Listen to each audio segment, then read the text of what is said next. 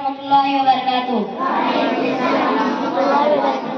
अध्यापक ಮತ್ತು ವಿದ್ಯಾರ್ಥಿ, ನಾನು ಸ್ವತಂತ್ರದಿಂದ ಒಂದು ಕವಿ ಹೇಳುತ್ತಿದೆ। गूंज रहा है दुनिया में हिंदुस्तान का नारा, गूंज रहा है दुनिया में